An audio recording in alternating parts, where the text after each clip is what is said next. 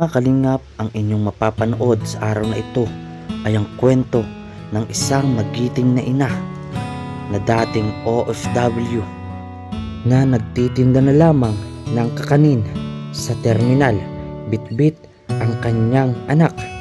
Hindi alintana ang init at pagod, makabenta lamang sa kunting barya ay kung sa ganon ay may panggatas na ang kanyang anak. Ayon sa kanya ay walang ibang mag-aalaga rito, kaya't kahit sa kanyang pagtatrabaho ay bitbit niya ang kanyang anak. Ngunit sa aming pagtatanong-tanong mula na rin sa kanya na siya raw ay nakaranas ng matinding pag-aabuso ng ibang lahi hanggang sa humantong na ito ay magbunga at maging anak niya. Ang kanyang dinadala ngayong bata hanggang sa pagtatrabaho.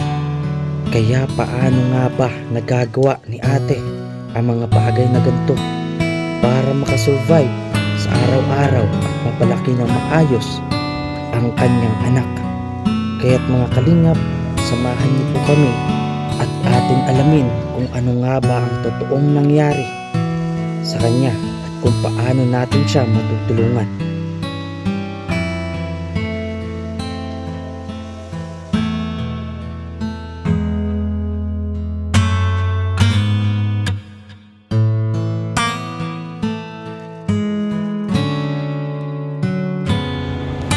Good morning mga kalingap, shoutout po sa lahat. Welcome back po sa aking making YouTube channel, John Rivera Official. So yan po mga kalingap, kung bago po kayo sa aking channel, please like and share. Siyempre i-click na rin ng button para maging updated kayo sa aking mga videos, mga in-upload po mga kalingap. So yan, thank you so much po sa inyong lahat, So yan po mga kalingap, umaga po dito tayo ngayon sa terminal ng Laguna, Diet Camarines Norte, kung saan ay may nag-report sa atin dito mga kalingap na isang mag-ina na kawawa daw ang sitwasyon. Nangungupahan po siya dito sa terminal, kung saan ay dito siya nagtitinda ng kung ano ang tinda niya, yung mga gulaman, yung mga kung ano, banana tiyo, kung ano nila para mabuhay, At ang kwento po dito mga anak, sabi ng nakapagkwento sa akin ay anak po ito ng Pakistani, kaya walang ama yung anak niya, kaya habang nagtitinda siya, kaya dala-dala niya po ito habang nagdala po siya mga kalingap. So alamin natin mga kalingap kung pwede natin tulungan, at sabi daw po ay namumuhunan lang din daw po, at sapat ng wapahan doon ng bahay. So yan, ating alamin mga kalingap ang kwento ng buhay ni ate. Paano mga pangalan, alamin natin ang pangalan. Let's go! So yun po mga kalingap, nakita na po natin si ate, yan, kabunin na po yung kanyang anak mga kalingap, kasi nga po ay habang naglalako siya, dala-dala niya kanyang anak. So ngayon natin malalaman mga kalingap, kasi po ay kwento dito sa mga terminal ay yun na yung kwento ay kawawa yung sitwasyon mga kalingap, kasi habang nagtitinda siya, lako kasama yung kanyang anak. So diba, napakahirap sa kanyang sitwasyon na isang ina at susumikap para lang mabuhay yung kanyang anak at makapagbayad sa kanyang inuupahan. So wala pa sa sariling puhunan at paninda. So alamin natin mga kalingap kung anong naitulong natin sa kanya ngayong araw na ito. So let's go, samahan niyo pa ako mga kalingap. So ayan na po siya mga kalingap. Yan, ang gwapo ng anak niya mga kalingap. So ate, good morning ate. Good morning po. Good morning. Anak mo? Opo. Yan pa yan. Ano pangalan niya ate? Nita Pagal. Nita Pagal. Opo. Kung tawagin po ako rito ay Ate Muslim po. Ate Muslim? Opo. Kasi ano ka, Muslim talaga? Opo, balik Islam po. Balik Islam, mashallah, mashallah. Dating Kristiyano. Alhamdulillah. Upo kayo. Sige po. So okay lang po sa'yo, tatanungin kita, nakakamera? Okay lang po. So, kamusta po ate? Ito, ayos naman po. Nakakaraos-raos. Nakaraos din. Saan po asawa nyo? Ano po, hiwalay na po ako doon sa asawa kong Pilipino. Nahiwalay ka na. Ako, Ilan taon na po kayo? 36 na po. 36? Ako. Bali, nag-abroad po ako sa Kuwait ng kulang-kulang 4 years. Tapos sa Dubai, kulang-kulang 5 years po. Hindi ibig sabihin, kulang-kulang 10 years kayo. 9. 9 years. Oo. Kaso sa mga nangyari sa buhay, wala pong nangyari doon sa mga pinaghirapan po. Kasi yung dati kong asawang Pilipino, hindi marunong magtigom ng pera. Taga rito po kayo. Apo, born po ako sa San Felipe. Asang Pilipino kayo? Apo. Mm, Tapos yun nga po yung huling abroad ko sa Dubai. 3 years may papel, 2 years na walang papel. Kaya po yung 2 years na TNT po ako doon, ang naging trabaho ko po ay masahista at saka kapit patalim po. Ano ibig sabihin sa kapit patalim? Wala po kaming choice doon na makapaghanap ng matinong trabaho. Kaya yung naging tatay po nitong bata is Pakistani po. Ito Pakistani. Opo, Pakistani, hindi po Pilipino. Ilang taon na po ito? Isang taon pa lang po sa September 10. Ay, kawawa naman. So, alam ng tatay niya na may anak siya. Opo, may komunikasyon naman po. At susuporta naman, wala. Nung huling padala niya, May 20, tapos nung last ay August 12.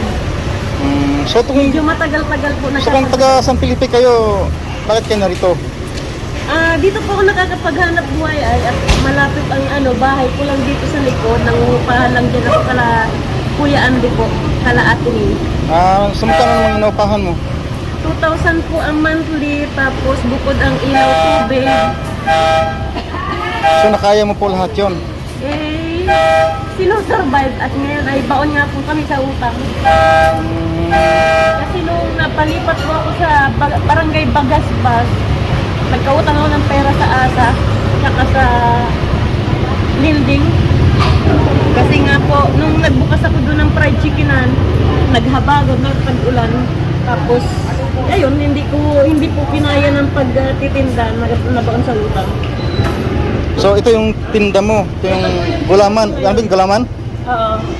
Saka, ito, Ice coffee jelly at saka Ano yung balot? itlog na maalat. Itlog na maalat? Ay, itlog na nilaga. itlog ng laga. Tsaka kamuti nilaga. Tapos So- minsan po nagawa ako ng pastil. Ano, sarili mo po yan? Opo. Sarili mo. Ako lang po lahat nagtatrabaho. Tapos pag tulog lang po ito si Tutoy, iniiwan ko lang sa bahay ng tulog sa diyan. Siya lang mag-isa? Opo. Oh my God. Ipiniplay ko lang po Wow, siya cute. ng Quran para kahit pa paano ay hindi na siya mapahamak sa bahay.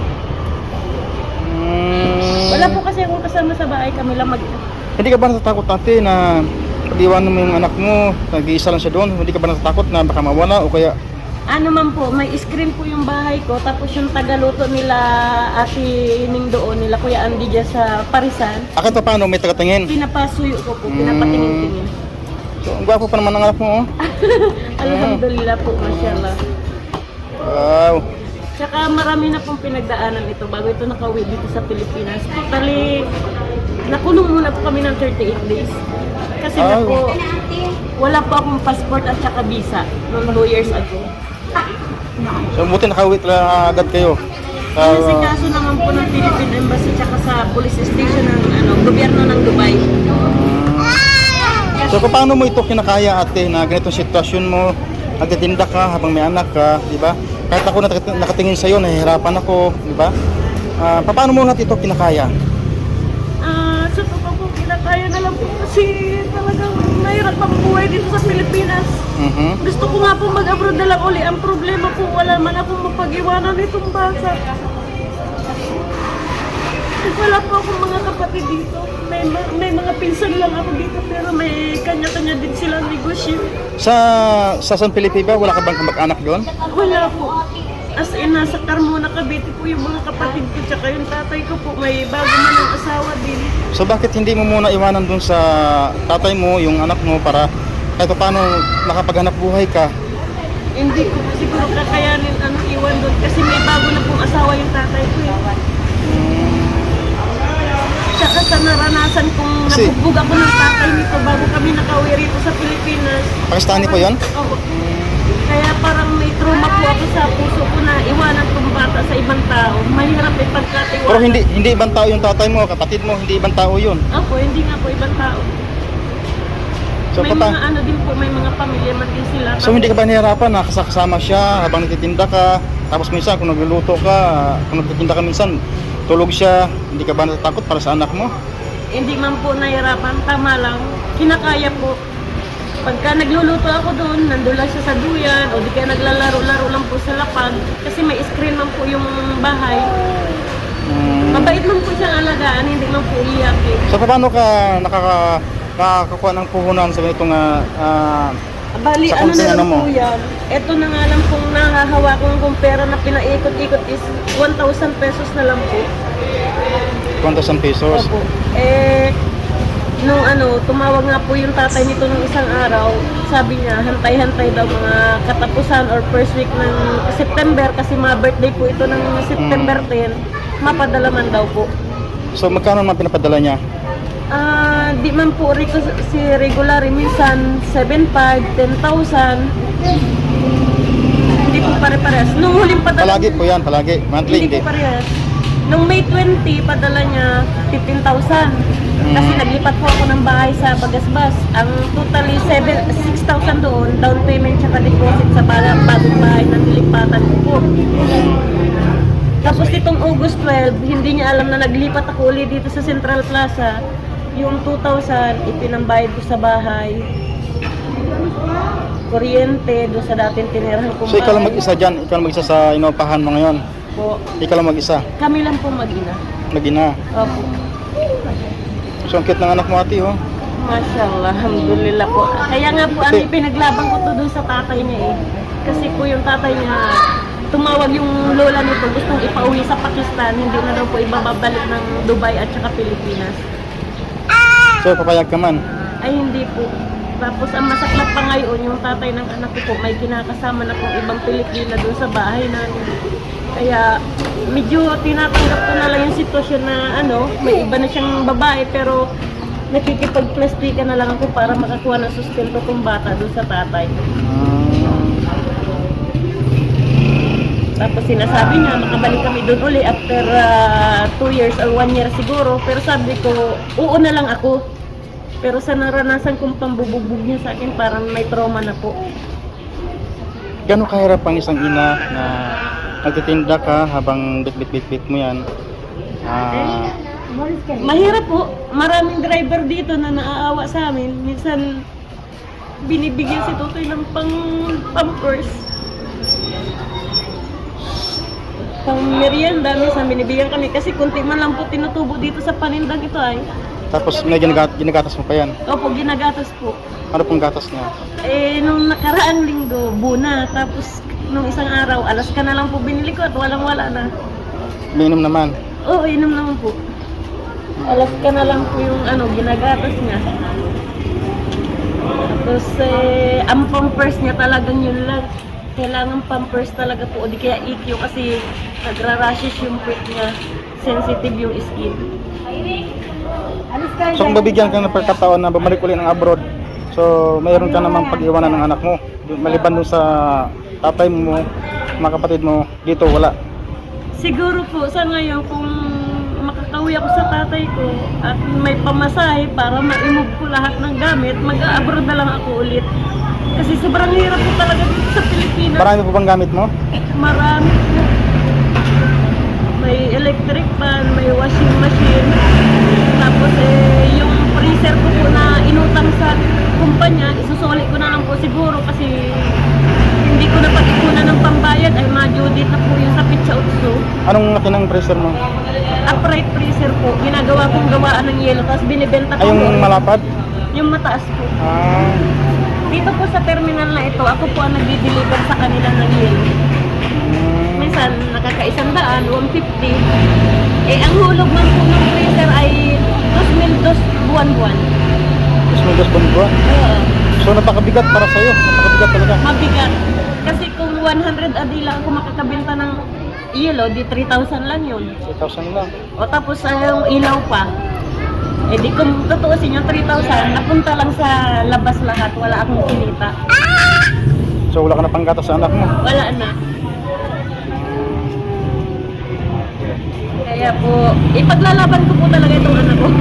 Kahit sa hirap at ginawa. Kahit sinasama-sama ko siya, nahirapan kami, umuulan, umiinit. Ni minsan ba hindi mo naisipan na ipaampon na lang o Ay, hindi po. Minsan yung tatay nito, gino-joke ko lang. Kasi minsan nag-aaway kami. Pero hindi ko po gagawin yun. ano sinasabi mo pagka nag-aaway ka ng tatay niya? Binablock ko na lang po. Kasi hindi na lang ako nagsasarado lang ako ng cellphone. Ano sinasabi mo sa kanya na ipaampon mo ganon? Oo, sabi ko po, ipapaampun ko. Lalo na ako dito sa may-ari na nagpapaupa sa akin. Gustong-gusto tong bata. Sila Kuya Andy, gustong-gusto nila ito. Kasi kamukha daw nung anak nilang lalaking isa. So ang cute ng baby mo, ate, oh. Mashallah, thank you po. Anak, cute ka daw, oh. Say hi to Kuya. Hello. So kailan ka lang umuwi ng Pilipinas?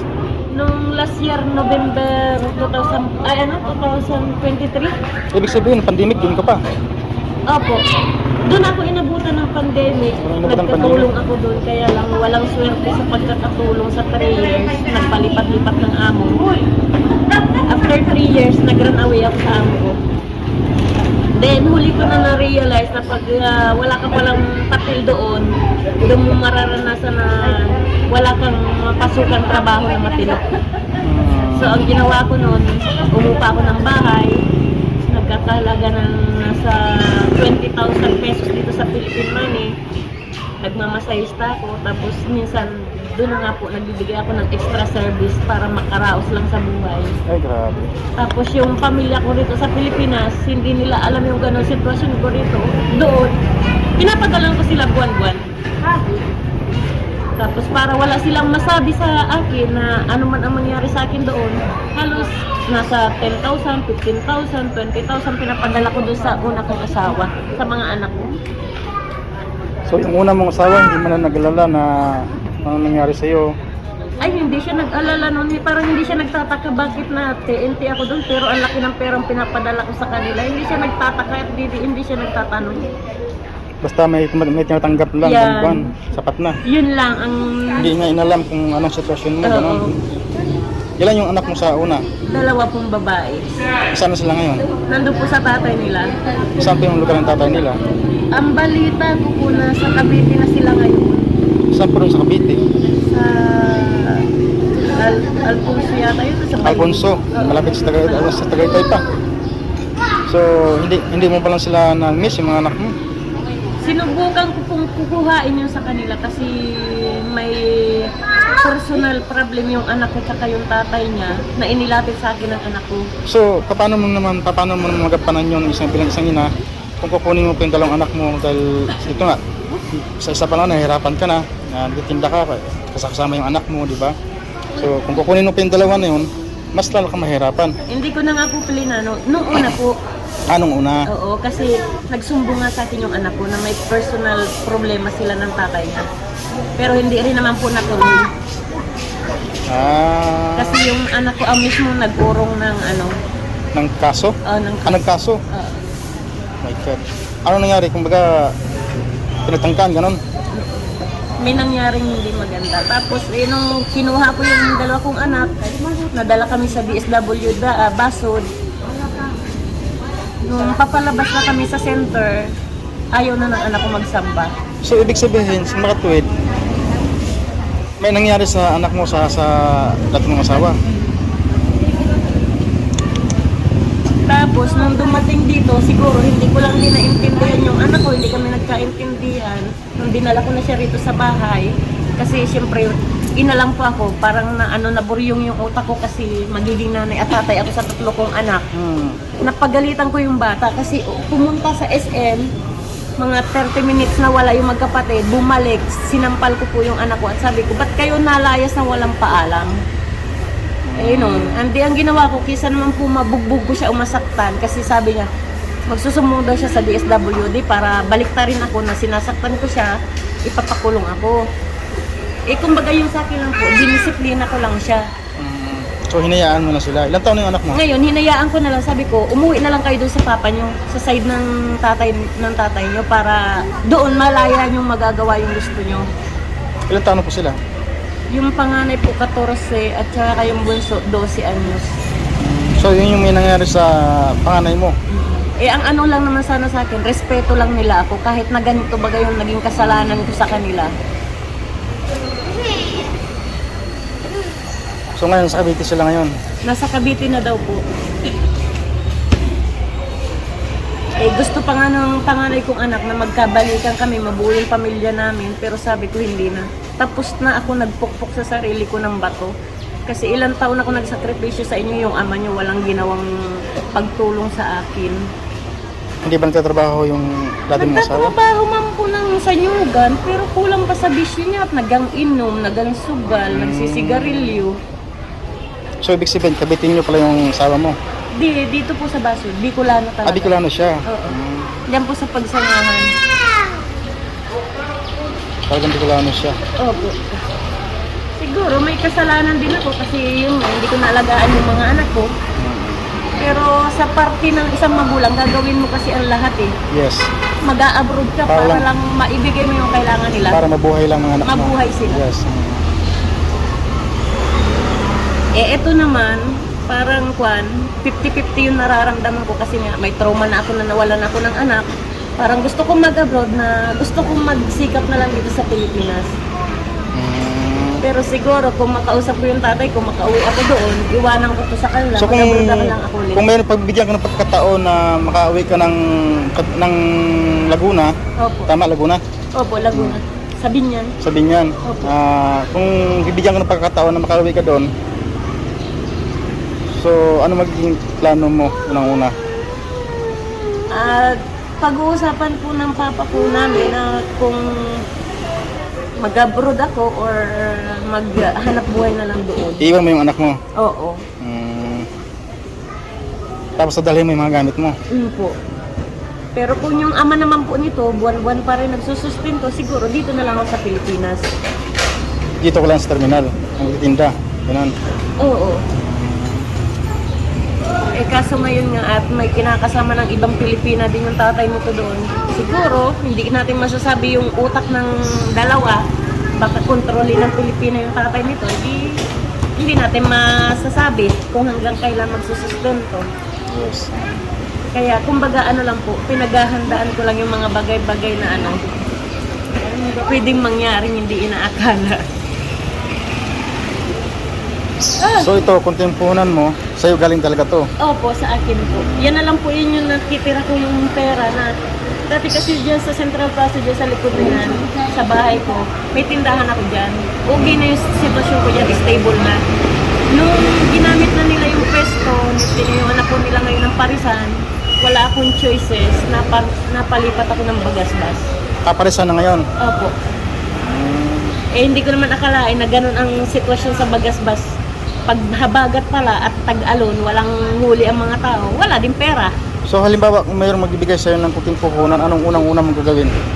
Magninegosyo ko kasi dati ako nagbukas sa bagasbas ng fried chicken. Doon pumatok. Ang problema lang ng doon, customer, walang pera. Pero pag dito sa Central Plaza ako maglagay ng fried chicken, siguro papatok man siya. At kasi marami ditong mamimili. So mga magkano siguro mga puhunan noon ka fried chicken? Ay, malaki ako doon nagpuhunan. Kaya po ako nagkautang sa ASA. Nagbitaw ako doon ng 10,000. 10,000. O kasi bumili pa po ako ng burner na gasol at saka yung fried chicken nga, yung mga panimpla. So, saan na yung dati mong ginagamit? Wala na. Naibenta ko na po yung burner at saka gasol. Hindi nga po alam ng tatay ng anak ko yun. So may kabigatan din pala ang isang Opo. puhunan, ano? Tapos Malaki na nung bilhin. nung nagbukas ako ng fried chicken, kinuha ko po ng yaya. Kasi hindi ko man kakayanin na nagluluto, mag-asikaso ng manok kung pati ito mapapabayaan. Yes. Mabuti nga lang po yung nagyaya dito, usapan namin 4,000 ang isang buwan. Pero siguro ang naibigay ko lang sa kanya ay nasa 3,500 lang. Kulang ka pa. Oo. Pero hindi man ako niya sinisingil ngayon at naiintindihan man niya po yung sitwasyon ko ngayon.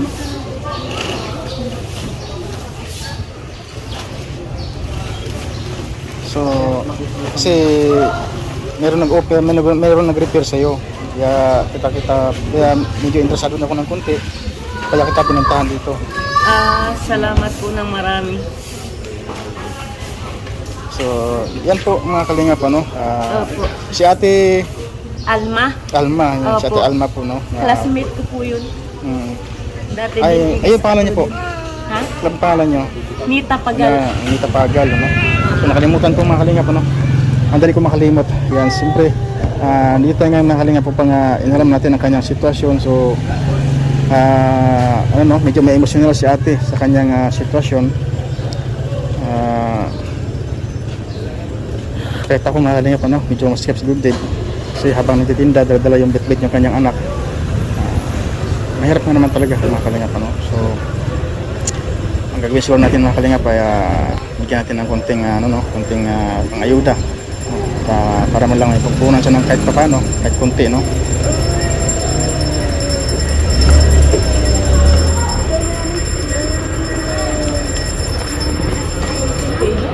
So mag-isang taon na yung anak mo, ate. Mag-isang taon na po Mag-isang sa taon na. September 10. Malapit ang birthday niyan. Opo. Awa ng Diyos ano naman siya, mabait na maalagaan, hindi iyakin. Tapos pagka matinda na ako, minsan natulog siya, kinakausap ko lang. Uy, pag magising ka, madidi ka na lang, huwag kang maiyak ha. Pagbalik ko ng mga after 15 minutes or 10 minutes, tulog pa din. Tulog pa din. O di kaya naglalaro-laro na lang sa baba. Mabait man po. Ito yung ano mo, ito yung business mo, ang Ngayon? business mo. Ano, inutang mo o sarili mo na? Sarili kong Sarili mo. puhunan. Yan na lang natitira. Ito yung natitira. Opo. Magkano naman kinikita mo sa isang araw? Ay, siguro mga 200 pesos lang. Minsan 150. Depende pagka hindi nakakaubos. Pag walang-wala, 100. Halimbawa, bibigyan kita na ngayon ng konting halaga. Ano may idagdag mo ngayon sa... Mag-ano po ako ng chicken pastel kasi kahapon nag-chicken pastel ako kaso hindi man naubos. At ang lakas ng ulan po kahapon. Hindi Chicken kami pastel. nakalabas si Tutoy. Mabili dito sa kanila yung chicken pastel kasi affordable lang po yung price yung binibigay ko. 28 pesos lang po. 20 pesos. Oo, may So, kanin at ulam na. Kailangan mo talaga ng puhunan. Opo. Bibili lang manok, bigas at saka yung box na lagayan niya at saka kutsara. Kasi kahapon hindi ako nakaubos, andun nga po sa freezer. Ay hindi ko man na po pwedeng ibenta yun sa ibang tao at nag-iba na po ang lasa nun. Yes, tama. Kaya pang sa akin na lang po yun. Iinit-initin ko na lang. Eh, nasisira din yung tiyan mo. Ay hindi man. Hindi man. Kaya na natin yun at laking bundok po tayo. Sige, hindi na ako magtatagal pa. Sige po. Bigyan kita ng 500 para... Sige po sir. Makapagawa ng pastel po bukas.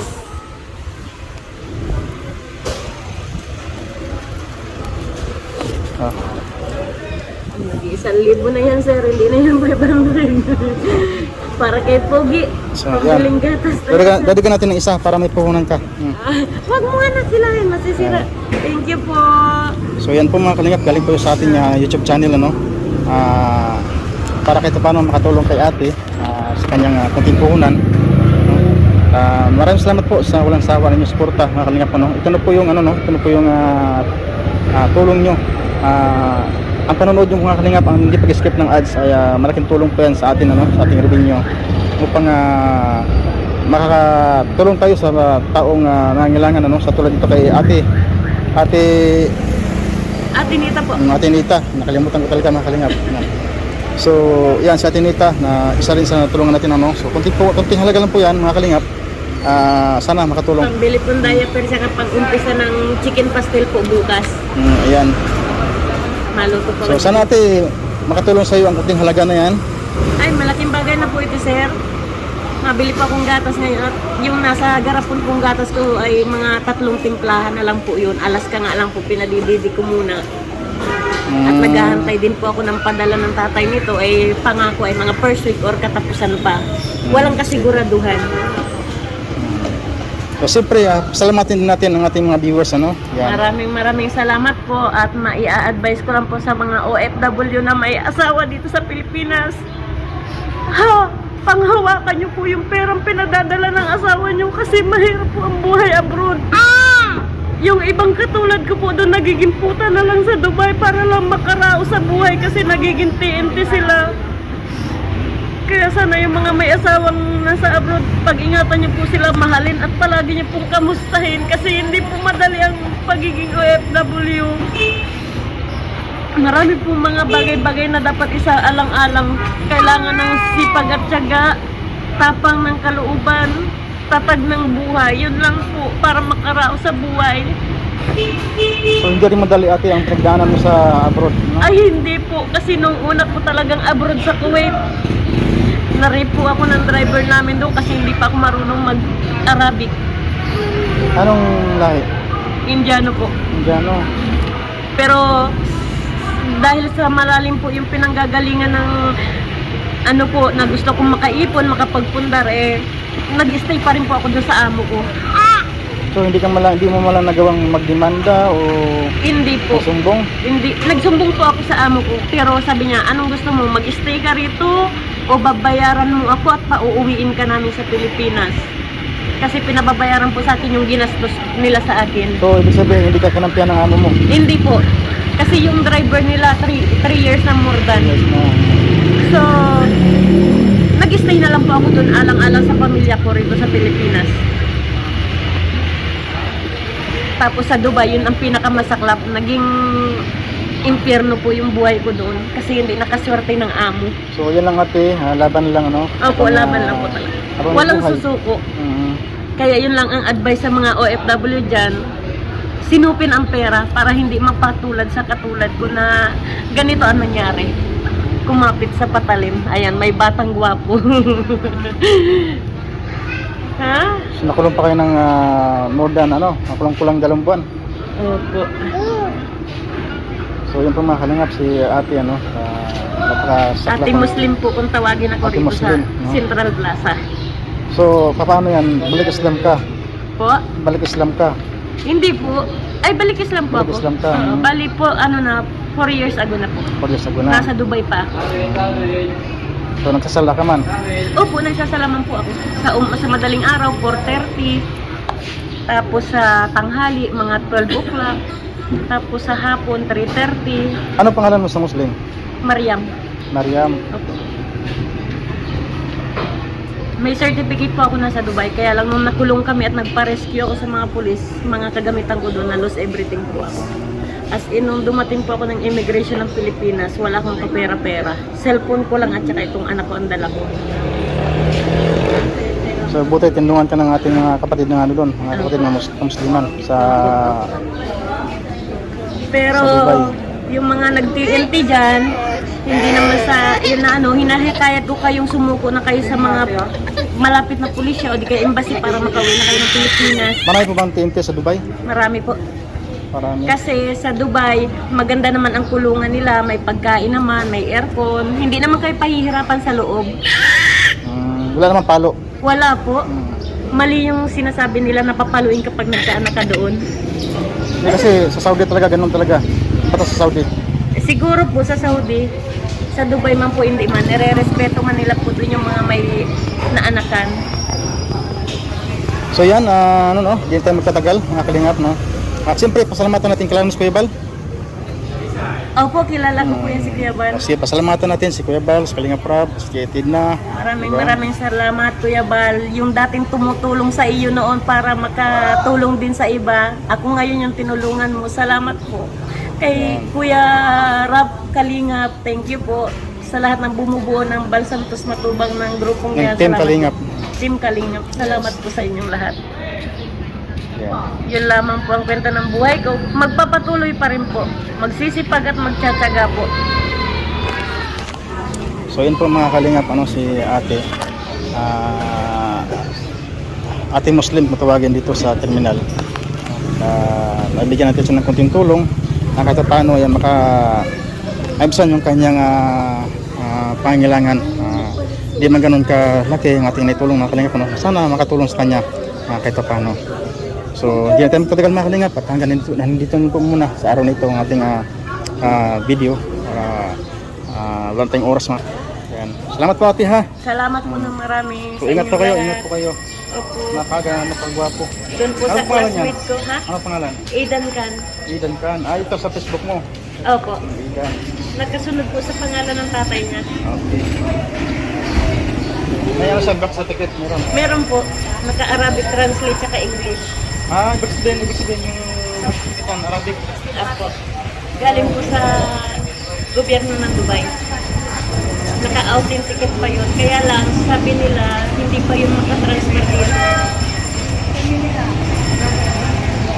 So dapat pasikaso na natin kasi para laki niya, hindi siya nahirapan. Ano pang lalo pa nag-aaral. So yun po mga kalingap, maraming salamat po sa inyo natin. No? So maraming salamat po sa inyong walang suporta sa ating mga solid viewers, solid supporters, solid subscribers dyan mga kalingap. Ito po, isang pamilya ang ating natulungan. Although hindi naman gano'ng kalaki ang ating naitulong mga kalingap, sana makatulong sa kanya. No? Nakita paano, naibsan yung kanyang kunting problema mga kalingap. Yan. So yan, thank you so much po sa inyo lahat sa mga walang sawang panonood dyan at sa di pag-skip ng ads. Thank you so much po sa inyo lahat. At siyempre, thank you so much din po sa ating mga grupo dyan, sa unang-una sa Golden Hearted Titas, no? Siyempre sa Team Direct Nutrition, thank you so much po sa inyo lahat. Yan, sa Forever Titas, shoutout sa inyo lahat. So sa pamilya, no? Magandang hapon, sa shoutout sa inyo lahat mga kalingap. Yan, sa lahat na mga grupo dyan, no? Yan, lahat na para wala tayong makalimutan lahat na para walang magtampuhan. No? Thank you so much po sa inyo lahat. At siyempre, lagi natin suportahan kayo sa Matubang, Akida Vlogs at Kalinga Prab at ang ating mga kasama, no? Mga Kalinga partners, Dudong Royal Malalag, Silva Aris Vlog, Disque Official, Alice Librado Vlogs, Perigan Vlog, Kalinga Victor, Alpi TV, and Justin Aguirre po mga Kalinga. At siyempre, sama natin Kalingap Angeli, Maui Vlogs, Kalingap Awi, sama natin siyempre Baby Girl, Kalingap Baby Girl. Yan, sarap po sa inyo lahat. Ano? So yan, Kalingap, maraming salamat po sa inyo lahat. Sa ating OFW, isang panig makahinda po ng mundo, lagi nyo tandaan, paunin nyo ang inyong mga dasal. Salamat po sa inyo lahat. Good morning and have a high day po sa inyo lahat. Sabi po, Kalingap. Yeah.